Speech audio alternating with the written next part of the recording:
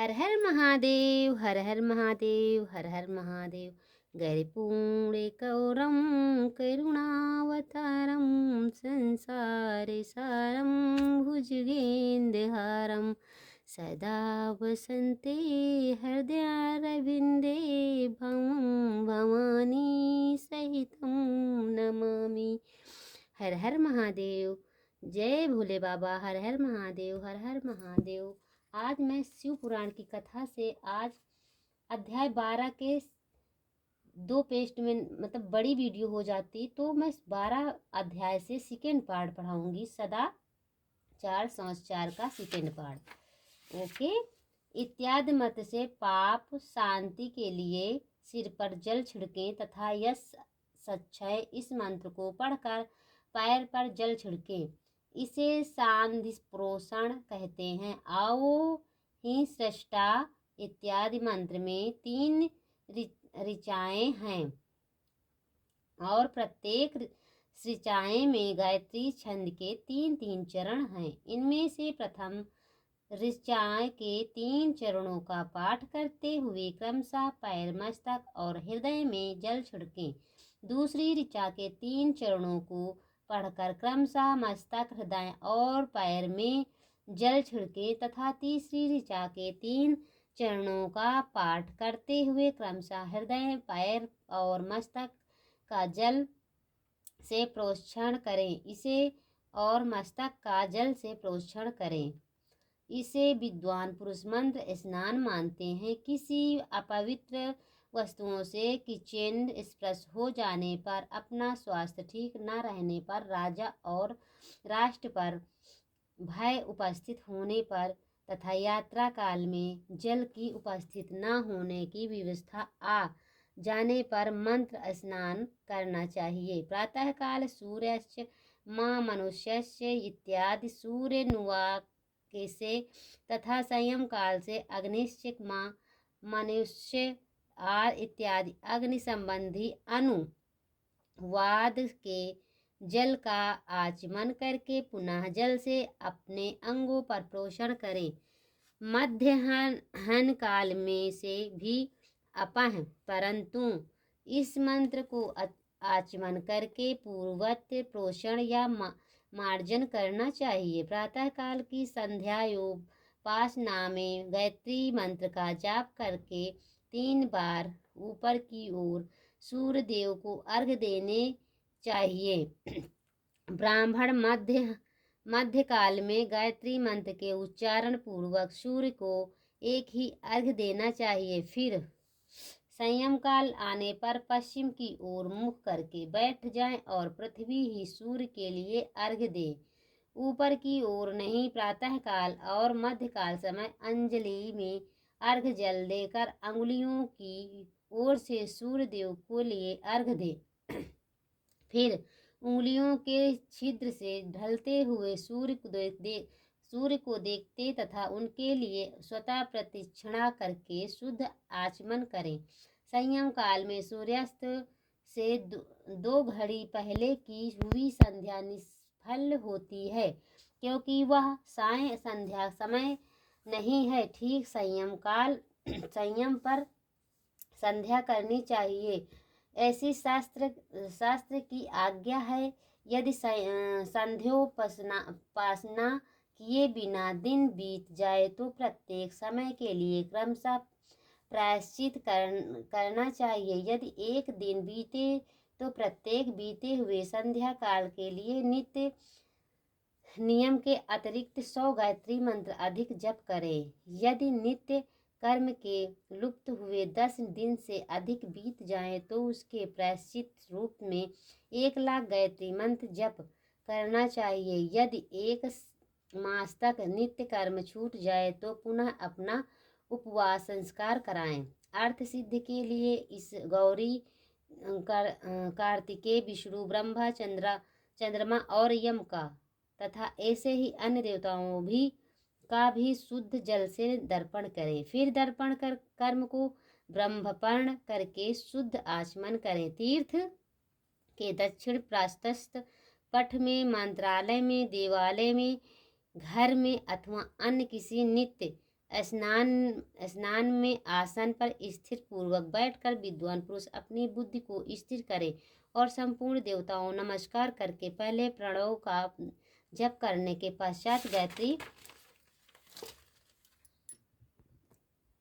मंत्र की आवृत्ति करें। प्रणव, आ, उ और माँ इन तीनों अक्षरों से जीव और ब्रह्म की एकता का प्रतिपादन होता है। इस बात को जाकर प्रणव ओम का जप करना चाहिए। जप काल में ये भावना करनी चाहिए कि हम तीनों लोकों की दृष्टि करने वाले, ब्रह्मा पालन करने वाले विष्णु तथा संहार करने वाले रुद्र की जो स्वयं प्रकाश जिनमय है उपासना करते हैं।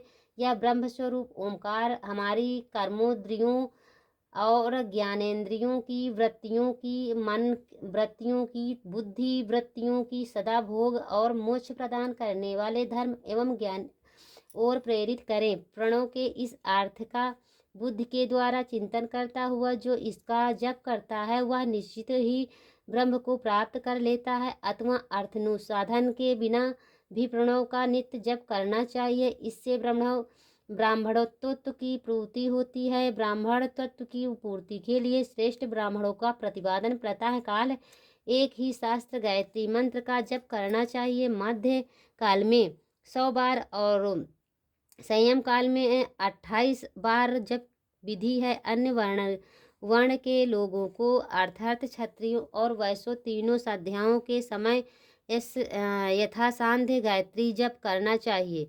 शारीरिक के भीतर मूलधार, स्वादिष्ठान, मणिपुर, अनाहत, आज्ञा और सहस्त्रार ये 6 चक्र हैं। इनमें मूलाधार से लेकर सहस्त्रार के 6 स्थानों में क्रमशः विद्येश्वर, ब्रह्मा, विष्णु, ईश, जीवात्मा और परमेश्वर स्थित हैं। इन सबसे ब्रह्म बुद्धि करके इन एकता का निश्चय करें और वह ब्रह्ममय हूँ ऐसी भावना पूर्वक प्रत्येक श्वासन के साथ स्वयं का जप करें। इन्हीं विद्वेश्वर आदि की, ब्रह्मरत्र आदि के इस शरीर से 12 भी भावनाएं करें। प्राकृतिक के विकारभूत महत्व से लेकर पंचभूत पर्यत तत्वों से बना हुआ 100 शरीर है। ऐसे शास्त्रों शरीर का एक एक अजपा गायत्री के जप से एक एक क्रम से अतिक्रमण करके जीवों को धीरे धीरे परमात्मा के संयुक्त करें। यह जप का तत्व बताया गया है। 100 अथवा 28 मंत्रों के जप से उतने ही शारीरिक का अतिक्रमण होता है। इस प्रकार जो मंत्रों का जप है इसी को अधिक्रम से वास्तविक जप कर जानना चाहिए। शास्त्रवार किया हुआ जप ब्रह्मलोक प्रदान करने वाला होता है ऐसा जानना चाहिए। 100 बार किया हुआ जप इंद्र पद की प्राप्ति करने वाला माना गया है। ब्रह्मण्य पुरुष आत्मक्षार के लिए 100 स्वल मात्रा से जप करता है। वह ब्राह्मण के कुल में जन्म लेता है। प्रतिदिन सूर्य प्रस्थान करके उपयुक्त रूप से जप का अनुष्ठान करना चाहिए। 12 लाख गायत्री मंत्र का जप करने वाला पुरुष पूर्ण रूप से ब्राह्मण कहा गया है। जिसे ब्राह्मण ने 1 लाख गायत्री का भी जप न किया हो उसे वैदिक क्रम से न लगाएं। 70 वर्ष की आस्था तक नियम पालन पूर्वक कार्य करे। इसके बाद गृहस्थ्यागार संन्यास ले। परिवारजयक या सन्यासी पुरुष नित्य प्रातः काल 12,000 प्रणव का जप करे। यदि एक दिन इस नियम का उल्लंघन हो जाए तो दूसरे दिन उसके बदले में उतना मंत्र और अधिक जपना चाहिए और सदा इस प्रकार जप को चलाने का प्रयत्न करना चाहिए। यदि क्रमशः 1 मास अधिक उल्लंघन हो गया तो 1.5 लाख जप करके उसका प्रतिष्ठित करना चाहिए। इससे अधिक समस्त नियम का उल्लंघन हो जाए तो पुनः नए सिरे से गुरु से नियम ग्रहण करें। ऐसा करने से दोषों की शांति होती है, अन्यथा वह रौर नरक में जाता है। जो सकाम भावना से युक्त गृहस्थ ब्राह्मण है उसी को धर्म और तथा अर्थ के लिए यत्न करना चाहिए। सुमुच्च ब्राह्मण को तो सदा ज्ञान का ही अभ्यास करना चाहिए। धर्म से अर्थ की प्राप्ति होती है। अर्थ से भोग सुलभ होता है, फिर उस भोगों के वैराग्य की संभावना होती है। धर्म पूर्वक उपार्जित धन से भोग प्राप्त होता है, उससे एक दिन अवश्य वैराग्य का उदय होता है। धर्म के विपरीत अर्घ से उपार्जित हुए धन के द्वारा जो भोग प्राप्त होता है, उसे भोगों के प्राप्ति आसक्ति उत्पन्न होती है। मनुष्य धर्म से धन पाता है, तपस्या से उसे दिव्य रूप की प्राप्ति होती है। कामनाओं को त्याग करने वाले पुरुषों को अतः करुण की शुद्धि होती है, उस शुद्धि से ज्ञान उदय होता है, इससे संशय नहीं है। सतयुग आदि के तपों की प्रशंसक कहा गया है, किंतु कलयुग में द्रव्य साध्य धर्म दान आदि अच्छा माना गया है। सतयुग में ध्यान से नेत्रों का, त्रेता में तपस्या और द्वापर में यज्ञ करने से ज्ञान की सिद्धि होती है, परंतु कलयुग में प्रतिमा भगवती ग्रह की पूजा से ज्ञान लाभ होता है। अधर्म हिस्सा दुख रूप से और धर्म सुख रूप से। अधर्म से मनुष्य दुख पाता है और धर्म से वह सुख एवं अभुदायक भागी होता है। दुराचार से दुख प्राप्त होता है और सदाचार से सुख। अतः भोग और मोक्ष सिद्धि के लिए धर्म उपार्जन करना चाहिए। जिसके घर में कम से कम 4 मनुष्य हैं, ऐसे कुटुंबी ब्राह्मण को जो 100 वर्ष के लिए जीवन निर्वाह की सामग्री देता है, वह उसके लिए वह दान ब्रह्मलोक की प्राप्ति कराने वाला होता है। एक शास्त्र चंद्रायण व्रत का अनुष्ठान ब्रह्मलोकदायक माना गया है। जो क्षत्रिय एक शास्त्र कुटुंब को जीविका और आवास देता है, उसका वह कर्म 10,000 कुटुंबों को दिया हुआ आश्रय दान ब्रह्मलोक प्रदान करता है। दाता पुरुष जिसे देवताओं सामने रखकर दान करता है, अर्थात वह दान के द्वारा जिस देवताओं को प्रसन्न करता चाहता है, उसी का लोक उसे प्राप्त होता है। यह बात देवताओं पुरुष अच्छी तरह जानते हैं। धनहीन पुरुष सदा तपस्या का उपार्जन करें, क्योंकि तपस्या और तीर्थ सेवन से अच्छे सुख पाकर मनुष्य उसका उपभोग करता है। अब मैं न्याता धन के उपार्जन की विधि बता रहा हूँ। ब्राह्मण को चाहिए कि वह सदा सावधान रहकर निषिद्ध प्रतिग्रह दान ग्रहण तथा याजन यज्ञ कर। किताब है पढ़ता है शिव पुराण के, शिव पुराण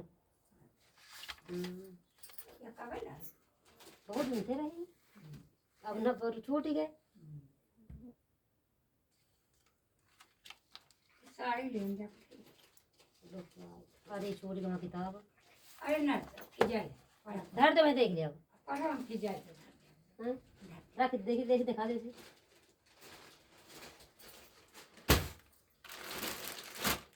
कब ले कहाँ ले चिकन ही है, चिकन ही है। ठीक है, किताब है पढ़े रखी है तो एगो भाग पढ़े लागे काम या जरूरी रही मंदिर में रखे रहे थे पढ़े पता नहीं कहाँ छूट गए। आज ही नहीं के कहा बेटे बैठ खेल रहे वो तो वही गे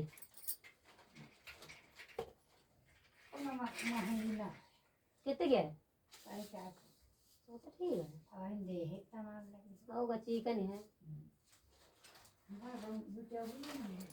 हाँ